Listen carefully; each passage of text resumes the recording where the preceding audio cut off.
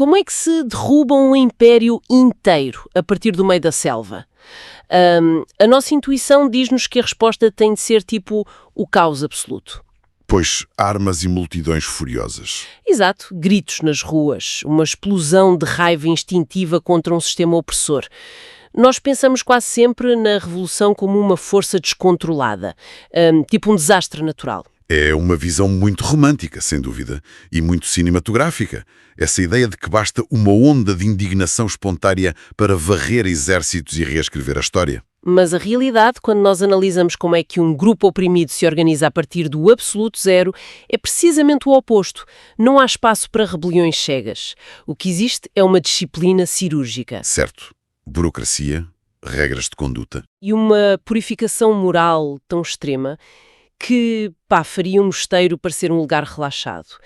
E o mais surpreendente nisto tudo é que a batalha mais sangrenta não é travada contra os soldados do Império, mas sim contra o egoísmo de quem está do lado de dentro. É uma mudança de paradigma brutal.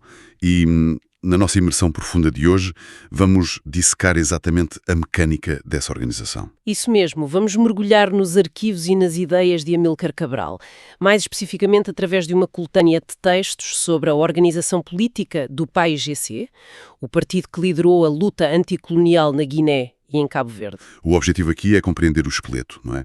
A engenharia por trás do movimento de base que se estrutura do zero para desmantelar um sistema colonial. Mas, antes de começarmos a desembrulhar esta engenharia, há uma nota de transparência que é mesmo fundamental estabelecer para quem está a acompanhar esta análise. Sem dúvida. Os materiais e as ideias históricas que nós vamos explorar hoje estão profundamente enraizados numa visão do mundo com um forte pendor marxista-leninista. Eles abordam o colonialismo, a luta de classes e a economia através dessa lente ideológica muito específica. É crucial sublinhar isso. O nosso papel aqui não é de forma alguma tomar qualquer partido.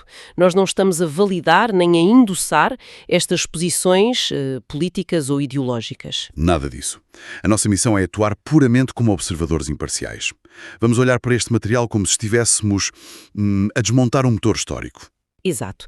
Relatar e dissecar os factos, a lógica e a estrutura organizacional que foi utilizada no terreno, tentando perceber como e porque é que aquilo funcionava daquela forma. Focamo-nos na mecânica. Pronto. Então, por onde é que se começa a construir essa máquina?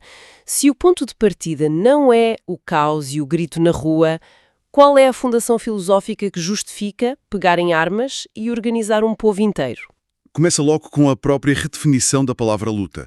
Cabral não olhava para a luta armada como uma anomalia ou uma tragédia isolada, mas sim como uma extensão da biologia básica. Como assim biologia? Ele argumentava que a luta é a condição normal de toda a realidade em movimento. Para explicar isto a populações que viviam intimamente ligadas à terra, ele usava a analogia de uma árvore. Uma árvore. Sim, pensa numa semente. Para que essa semente se transforme numa árvore e dê fruto, há uma violência silenciosa a acontecer ali. A semente tem de romper a casca, tem de lutar contra o peso e a resistência da terra escura para criar raízes. Depois, tem de furar o solo em direção à luz, extrair nutrientes e passar décadas a resistir a ventos, chuvas e tempestades. E a árvore tem uma desvantagem colossal nesta guerra diária. Está presa ao chão, não pode fugir. Uau! É uma imagem muito física. A resistência como algo orgânico, quase inevitável.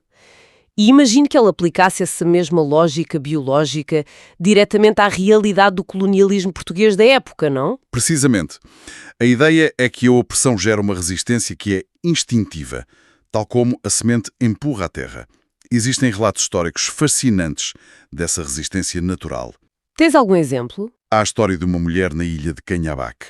Um administrador colonial oferece-lhe um preço absurdamente baixo, uma autêntica miséria injusta, pela água que ela carregou e está a vender. E o que é que ela faz? Em vez de aceitar a humilhação e o dinheiro, ela simplesmente vira o recipiente e derrama a água toda no chão. Isso é poderoso, é a dignidade a sobrepor-se completamente à necessidade económica. Pois é, e havia outras formas. Trabalhadores agrícolas que, em segredo, se faziam passar por ingênuos ou incapazes e sabotavam as plantações cortando as palmeiras que os colonialistas os obrigavam a plantar.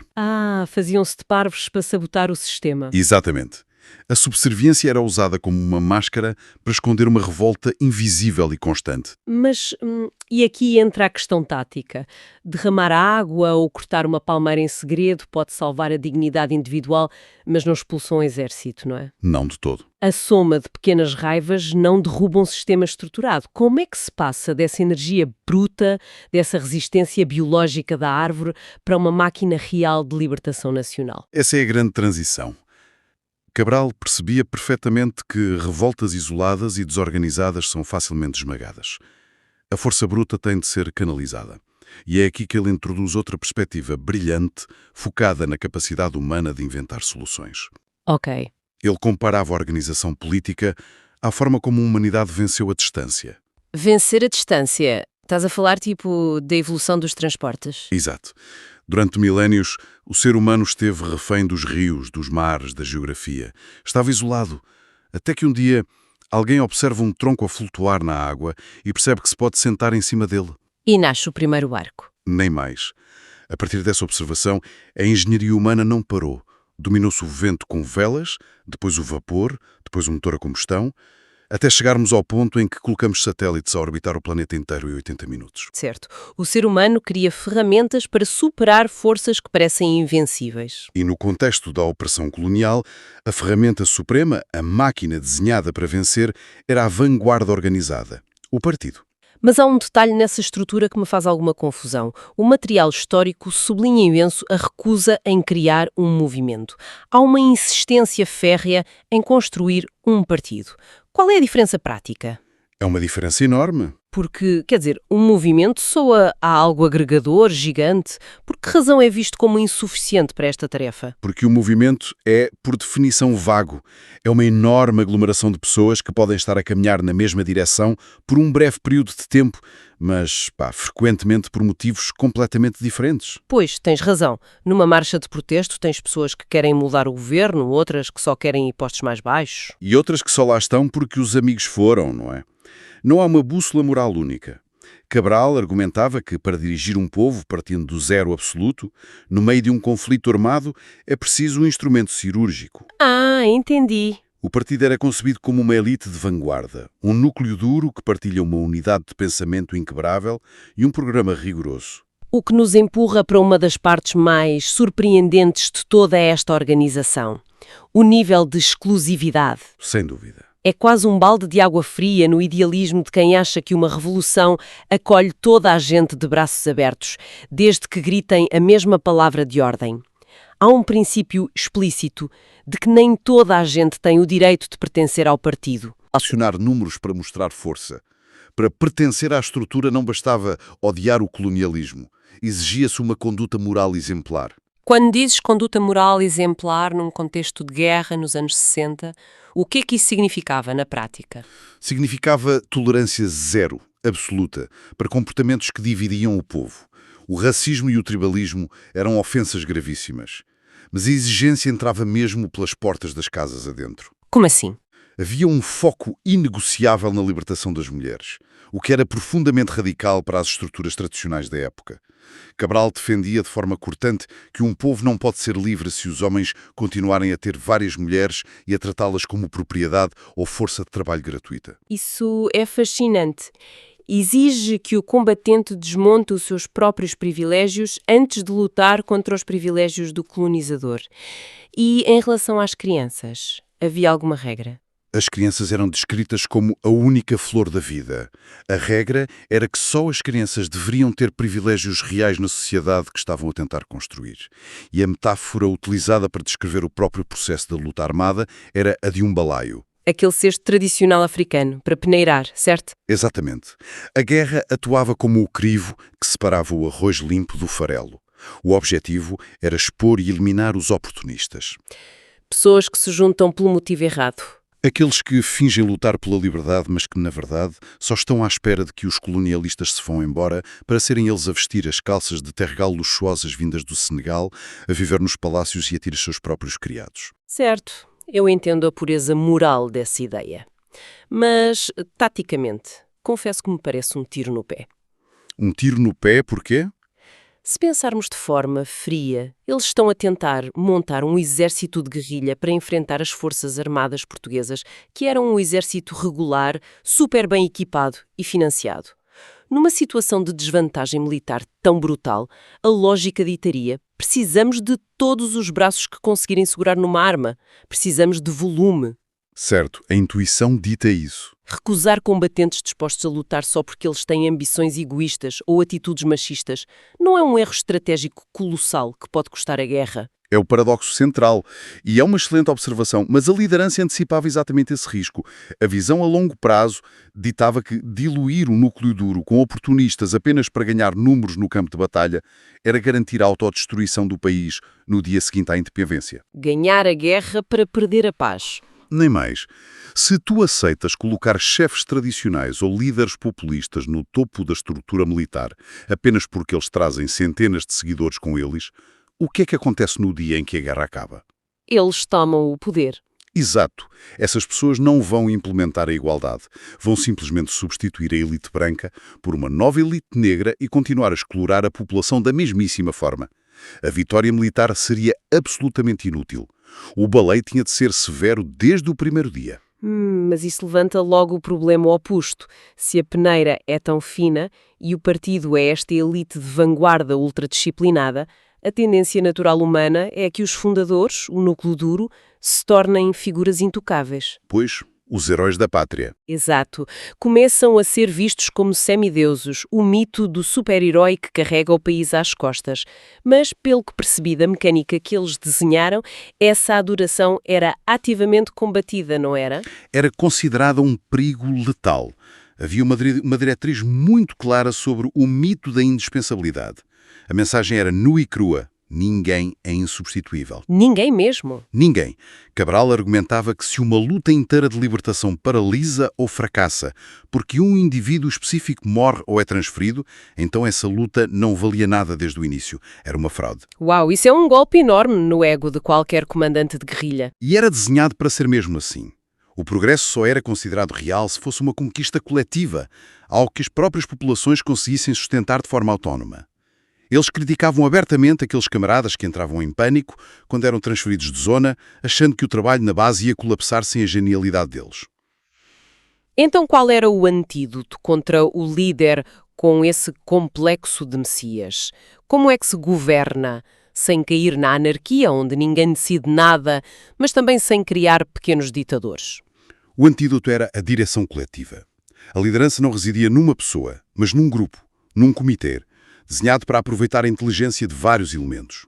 O combate interno era travado em duas frentes. Quais eram?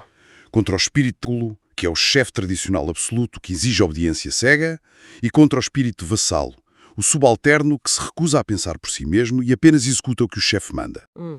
Há aqui uma história incrível nos textos que é usada como ferramenta educativa para explicar o perigo desse poder absolutista, a analogia da pomba mágica.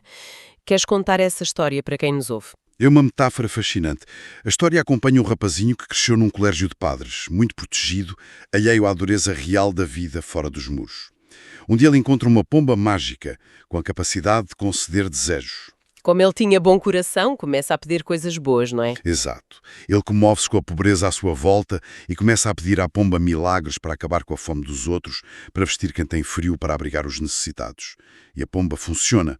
Os milagres multiplicam-se em prol da comunidade. Até o dia em que a biologia e o ego interferem. Pois, o rapaz cresce, arranja uma namorada e os seus interesses começam a encolher. Subitamente, os pedidos à pomba deixam de ser para a aldeia. Passam a ser favores para a namorada, riquezas para a sua própria casa. Comida para encher exclusivamente a sua barriga. E a consequência é imediata. A pomba mágica voa para longe e os milagres desaparecem para sempre. O milagre nesta história é obviamente o poder de transformação do grupo. É uma dissecação fantástica do ego. Mostra que a autoridade só tem eficácia enquanto atuar como um instrumento de serviço público. Exatamente. No momento em que a liderança usa a energia da revolução para benefício pessoal, a máquina inteira desintegra-se. A pomba do apoio popular voa. Mas lá está. Fábulas e poesia são ótimas na teoria. Na prática, no meio da lama e de um acampamento militar, como é que tu garantes que a pomba não voa? Que mecanismos práticos e burocráticos existiam para policiar a moralidade? A engenharia interna para garantir essa pureza baseava-se numa prática implacável chamada crítica e autocrítica. E atenção, isto não era apenas um conceito bonito, era uma rotina obrigatória. Para tudo. O que é que significa isso num cenário de guerra? Não me digas que era, tipo, uma daquelas caixas de sugestões anónimas ou uma sessão de terapia de grupo. Não, nada disso. Como é que se faz uma crítica a um superior hierárquico que tenha uma AK-47 na mão sem ser logo considerado um traidor? Tinha regras muito estritas para evitar que se tornasse numa arma de vingança pessoal. O manual determinava que a crítica nunca poderia ser o chamado diz que diz, as intrigas de corredor ou a difamação nas costas. Certo. Era um ato formal, frontal, de construção e solidariedade. Exigia a coragem de olhar um camarada nos olhos, independentemente da patente, e apontar uma falha operacional ou moral. E, curiosamente, o documento sublinha que reconhecer o bom trabalho e elogiar publicamente também era uma forma de crítica essencial. Mas e a parte autocrítica? Isso soa muito a um julgamento público medieval, sabes? Ou a uma confissão religiosa onde pedes perdão pelos teus pecados. Esse era o grande risco, e eles sabiam perfeitamente. O sistema combatia expressamente a ideia de que autocrítica era como pagar uma bula papal. Pagar e ficar com a consciência limpa. Exato. Não servia para um combatente pedir desculpa da boca para fora numa reunião, limpar a consciência e, no dia seguinte, voltar a maltratar a população ou a agir com egoísmo. Tinha de haver consequências. A verdadeira autocrítica era exigida como um compromisso tático e comportamental. O indivíduo tinha de verbalizar onde falhou e apresentar provas práticas de reestruturação das suas ações. Isso obriga a uma vulnerabilidade brutal, o que, de certa forma, até cria laços de confiança inquebráveis de uma equipa. Mas há outro mecanismo estrutural que suportava isto e que tem um nome mais paradoxal de sempre: centralismo democrático. Pois, parece contraditório. Para mim, é um oxímoro completo. Se é centralizado, a ordem vem de cima para baixo, de forma ditatorial. Se é democrático, toda a gente vota e decide em conjunto. Como é que é possível juntar água e azeite no mesmo sistema de comando? A chave para entender o centralismo democrático é o fator de tempo. Não são coisas que acontecem em simultâneo, são fases sequenciais do mesmo processo de decisão. O que o texto define como a fase democrática ocorre exclusivamente antes de a decisão ser tomada. Como um processo de auscultação. Sim, mas um processo extremo. Havia uma exigência de que qualquer mudança de fundo tinha de ser debatida exaustivamente, começando pelas bases mais baixas da hierarquia militar e civil e subindo gradualmente. Ouve-se a maioria, recolhem-se os problemas práticos. Ok, e depois? Assim que esse processo sobe ao órgão central e a decisão final é formalizada... Acaba a democracia. Exatamente. O debate acaba. Nesse exato segundo entra o centralismo. Exige-se uma execução imediata, cega e com disciplina férrea a todos os níveis. Quem votou contra a medida durante a fase de debate tendia a executar com a mesma energia de quem a propôs. Faz sentido, porque se continuassem a debater indefinidamente na hora de agir, a organização colapsaria, não é? Perante um ataque militar rápido, não há tempo para reuniões. Nem mais. A auscultação da legitimidade moral à decisão e o centralismo garante a velocidade tática e militar. É uma arquitetura burocrática muito específica. E é óbvio que estas regras sobre autocrítica e centralismo não caíram do céu. Não foram inventadas do zero na selva da Guiné. Qual era a inspiração ideológica concreta de onde Cabral estava a importar esta tecnologia política? A resposta a isso está super explícita na influência profunda da teoria marxista-leninista. Há uma homenagem muito clara a Lenin, como a bússola filosófica de todo este método de organização. Lenin como bússola. Ok. Cabral não olhava para Lenin apenas como um académico distante, mas como o exemplo máximo de coerência e verticalidade na arte da revolução. Mas como é que a ideologia de um líder russo do início do século XX, muito focada em operários industriais, é transposta para um contexto africano de camponeses nos anos 60? Como é que o jargão pesado encaixa na prática do terreno? Encaixa através da redefinição do inimigo. A teoria leninista permitia-lhes olhar para o colonialismo não apenas como uma invasão territorial de europeus maus, mas como um fenómeno económico global. Certo. O jargão que utilizavam descrevia o imperialismo como o capitalismo na sua fase moribunda, monopolista e em putrefação. Espera aí. Capitalismo moribundo e em putrefação é um termo de ciência política bastante denso. Se eu sou um guerrilheiro no terreno, o que é que isso me diz sobre o alvo para onde eu estou a apontar a arma? Diz-te que não estás apenas a lutar contra o soldado português que está na tua frente. Estás a lutar contra uma rede económica global de extração monopolista que está desesperada por matérias-primas e mercados baratos porque o sistema dela está a estagnar. Dá uma dimensão internacional e científica à luta. Exato. Deixa de ser um ódio tribal e passa a ser uma cirurgia económica. E há outra lição fundamental que ele extrai do pensamento de Lenin. Nós costumamos ouvir que a política é a arte do possível, a arte de gerir o que temos. Sim, o compromisso e a moderação. É o que se diz sempre. Mas a visão leninista que ele adota vira isso do avesso. A política é definida como a arte de transformar o impossível em possível. Rejeita-se a complacência. Estás a ver? Recusa-se a aceitar a força bélica superior do colonizador como uma lei inalterável. Mas quer dizer, ele pegou no modelo soviético, que vinha de Moscovo, e fez simplesmente um copiar-colar para a selva africana? De modo algum. E esse foi o seu grande trunfo, pá. Cabral era um pragmático absoluto. Ele repudiava agir sem pensar, mas repudiava igualmente a cópia irrefletida. Ele adaptou criticamente as teorias marxistas para que fizessem sentido, justificassem e orientassem os movimentos nas realidades profundamente agrárias e históricas da África. A teoria não quer um dogma sagrado. Nunca. É quase como se a ideologia fosse vista como um combustível ou, uma chave de fendas. Exato. Há uma citação fascinante do físico francês Paul Langevin que é usada nos textos para ilustrar essa mentalidade. Perfeitamente o pensamento deriva da ação e no homem consciente deve regressar à ação. Uau, essa citação resume tudo. Demonstra de forma inequívoca que não havia qualquer paciência para debates académicos de poltrona, nem para teorias que só existiam no papel. Nenhuma paciência. Todo aquele vocabulário complexo, os mecanismos e os comitês só serviam para resolver problemas práticos de logística, combate e mobilização. Se a teoria não servisse para construir escolas nas zonas libertadas, criar hospitais de campanha ou derrotar patrulhas inimigas. É diretamente para o lixo. A teoria e a prática eram consideradas as duas pernas do mesmo corpo militar. Uma não caminha sem a outra. É impressionante observar o rigor desta estrutura. E estamos a chegar ao fim desta nossa imersão na mecânica profunda de uma revolta planeada. O que fica claro é que organizar a liberdade não é um grito caótico no escuro. Não é de todo. É, pelo contrário, um processo sistemático de eliminação burocrática, a separação constante do arroz e do farelo moral, como falamos há pouco, e a revelação que mais me desafia, e estou convencida que desafia quem nos ouve, é constatar que a pólvora ou as emboscadas não eram as armas principais. Sem dúvida. A verdadeira arma, a mais letal para o sistema colonial, era a submissão voluntária do ego individual, um mecanismo coletivo superior. É isso que traça a linha entre um ajuntamento passageiro e barulhento e uma força de mudança permanente. E os registros históricos deixam essa mensagem de forma profundamente humana, através de um poema do próprio Amílcar Cabral. Num dos seus textos, ele fala de um enorme grito de revolta que ele sonhava que iria atravessar as montanhas dos Himalaias, ignorar fronteiras, unir todos os povos e fazer tremer o mundo. Que imagem forte. Mas o poema acaba com uma confissão dolorosa. Esse grito épico, afinal, não mudou o mundo de fora para dentro.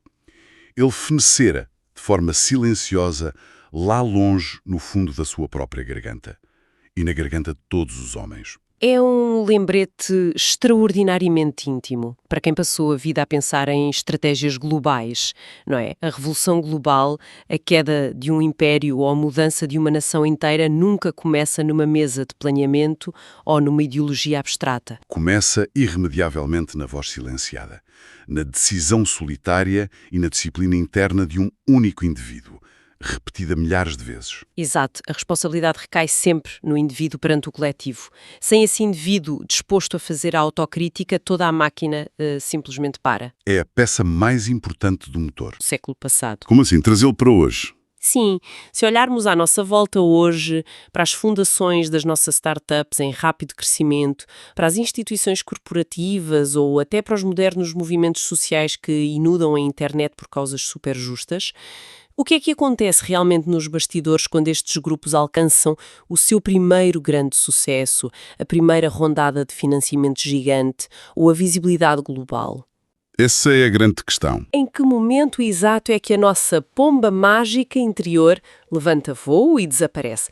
provavelmente no preciso instante em que o propósito de serviço aos outros é silenciosamente substituído pelas recompensas ao nosso próprio ego. Estaremos nós todos, eventualmente, a um passo em falso de nos tornarmos naquilo que inicialmente juramos combater? Fica a provocação para quem está desse lado continuar a explorar esta linha de pensamento de forma independente.